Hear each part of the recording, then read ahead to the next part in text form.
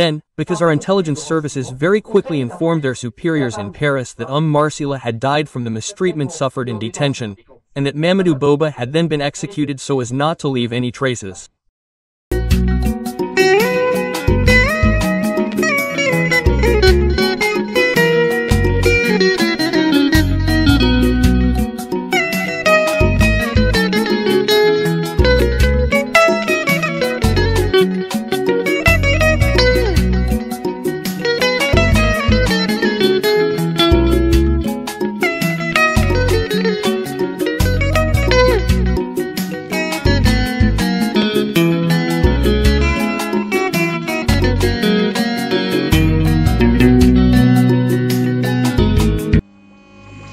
On July 9, 2024, Mamadou Baloba and Omar Sila, who is also known as Fonike Mangue, president in Susu, were watching a football match at Umar's home at the time. These longtime activists of the National Front for the Defense of the Constitution were planning peaceful demonstrations against the young man from Doumbouya, Mamad Doumbouya. He is a mix of Idoud Amin Dada and Pablo Escobar, a former nightclub bouncer in the Netherlands and a former corporal in the French Foreign Legion who seized power in 2021 and have not decided to return it to the people since. Umar and Billo don't know it yet, but they are living their last moments of freedom. Still in shock, Aïcha Doucouré struggles to believe what she has experienced.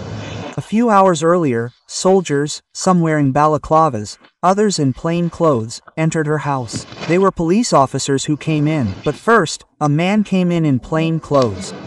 When he came, I was at the door. I was trying to close the door because it was late. He had told me to close the door. I went out, I was in the process of closing it. He came, he pushed me, and he came back in. Chadouare considered these methods violent. The soldiers were looking for his brother-in-law or Marcila alias Fonike and his colleague Baloba, an activist from the National Front for the Defense of the Constitution. They dragged him flat on the ground to get him outside. They put him down on the stairs over there. He kept shouting, "Let go of me. I haven't done anything to you. What have I done to you? You can't come and take me to my house at 10 p.m. without a warrant." Quote. Witnesses to this arrest denounced a kidnapping and very violent methods with tear gas, automatic weapons fire, and insults from the armed forces.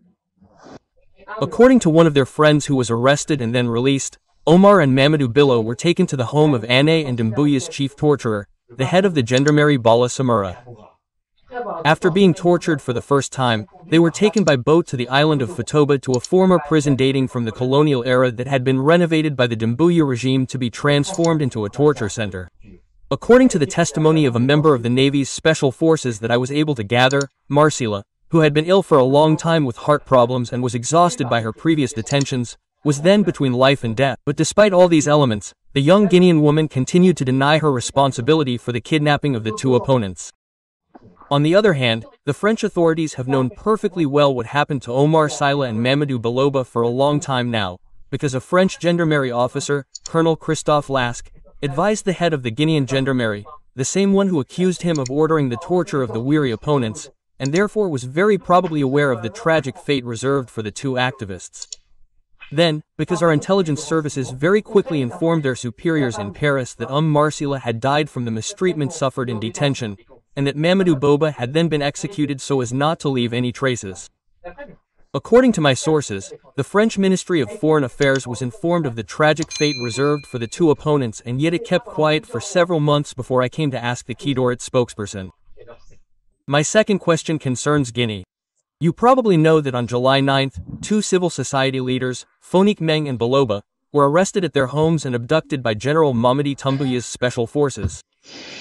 And there has been no news of them since then, and these were indeed internationally recognized civil society leaders. I speak about this with great seriousness because, personally, they were also friends of mine. Will it be the first time that we will have a reaction from France regarding the abduction and disappearance of Baloba, Fonike and Mangue, especially since the information that has come back to us suggests that they died as a result of torture? You mentioned the case of two civil society leaders, Marcila and Mamadou Baloba. This is a situation that is of great concern to France.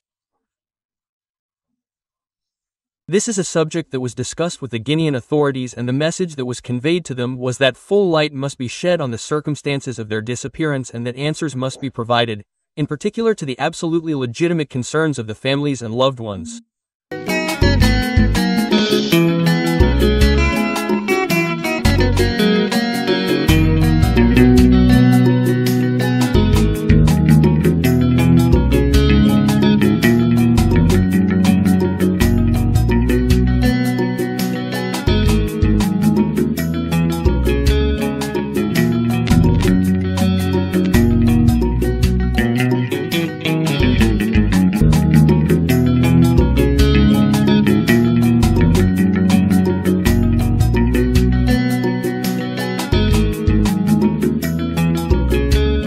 you.